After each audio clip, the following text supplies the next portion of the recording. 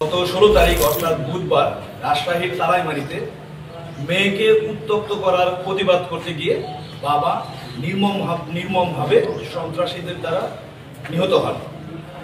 পরবর্তীতে কনসার্ন থানায় মামলা হয় এবং এলাকাতে ব্যাপক আলোড়ন তৈরি হয় এবং লাশ নিয়ে মানববন্ধন করা হয়। পরবর্তীতে আমাদের র্যাব 5-এর একাধিক টিম অভিযানে নেমে পড়ে এই অপরাধীদেরকে গ্রেপ্তার করার জন্য এবং প্রধান আসামি অর্থাৎ 1 নম্বর আসামি এবং 3 নম্বর আসামি খুব অভিনব কায়দায় তারা পালিয়ে যায়। তারা তাদের কোনো আত্মীয় অথবা বন্ধুদের সহায়তা না নিয়ে তাদের পরিচিত একজন ভ্যান চালকের সহায়তা নিয়ে নওগাঁতে চলে যায় এবং এই ভ্যান চালক অপরাধীদেরকে তার বাড়িতে রাখে না, তার বাড়ির পাশেই পরিত্যক্ত একটি বাড়িতে লুকিয়ে রাখে। তো আমাদের একাধিক টিম ঘটনার দিন থেকে শুরু করে কন্টিনিউ তাদেরকে চেস করতে থাকে এবং পরবর্তীতে সেই পরিত্যক্ত বাড়ি থেকে আমরা তাদেরকে গ্রেফতার করতে সক্ষম হই। এই মামলার অন্যান্য আসামি যারা আছে তাদেরকে গ্রেফতারও প্রক্রিয়া চলমান রয়েছে। আমরা আশা করছি ইনশাআল্লাহ অন্যান্য অপরাধীদেরকেও আমরা গ্রেফতার করতে সক্ষম। ঘটনার কতক্ষণ পর আপনারা বললেন? ঘটনা বুধবার, আর আমরা গতকাল রাতে তাদেরকে গ্রেফতার করি। কাদেরকে ধরেছেন এবং এদের রাজনৈতিক কোনো সম্পৃক্ততা পেয়েছেন কিনা এবং কোনো ইন্ধন আছে কিনা রাজনৈতিক প্রেক্ষাপটে? আমরা কোনো রাজনৈতিক সম্পৃক্ততা পাইনি। 1 নম্বর আসামি এবং 3 নম্বর আসামিকে আমরা গ্রেফতার করেছি, অর্থাৎ মূল হোতা এবং তার সহায়তাকারী আরো। সামনে তাকিয়ে বলবেন। পূর্বে ওই ধরনের কোনো রেকর্ড পাওয়া না গেলেও তারা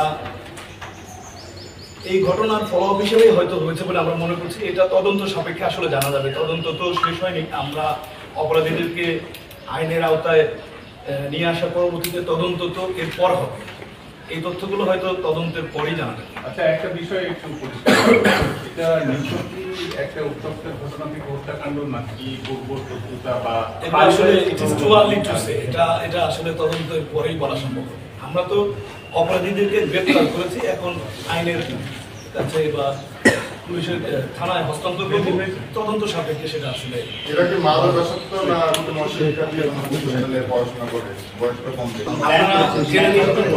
আপনারা জেনে থাকবেন যে আমাদের F5-এর যে দায়িত্বপূর্ণ 5টি জেলা, এই 5টি জেলাতে বিগত অপরাধীদেরকে আমরা বিচারের আওতায় আনতে সক্ষম হয়েছি। কিছুদিন আগে একটা নৃশংস হত্যাকাণ্ড আপনারা নিশ্চয়ই দেখেছেন যে বিচ্ছিন্ন করে ফেলা হয়, অত্যন্ত আলোড়ন সৃষ্টি হয়। আমরা কিন্তু তাদেরকেও আইনের আওতায় নিয়ে আসতে সক্ষম হয়েছি। তো আমরা অত্যন্ত তৎপর। আপনারা যদি বিগত ঘটনাগুলি দেখেন এবং তাদেরকে যে আইনের আওতায় নিয়ে আসা সম্ভব হয়েছে, এ থেকে বুঝতে পারবেন যে এদেরকে কিভাবে ডিল করা হচ্ছে।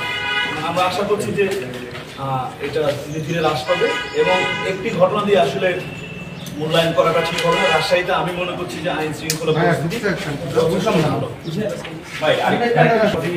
বেশ বড় একটা গ্রুপকে গ্রেপ্তার করি এবং প্রায় 1 সপ্তাহ আগেও আমরা 2 জন চাঁদাবাদীকেও গ্রেপ্তার করি। অর্থাৎ এরকম অপরাধী যারা আছে তাদেরকে আইনের আওতায় নিয়ে আসার প্রচেষ্টা চলমান এবং বিগত গ্রেপ্তারগুলো যদি আপনারা ফলো করেন তাহলেই জানতে পারবেন যে আইনানুগ ব্যবস্থা গ্রহণ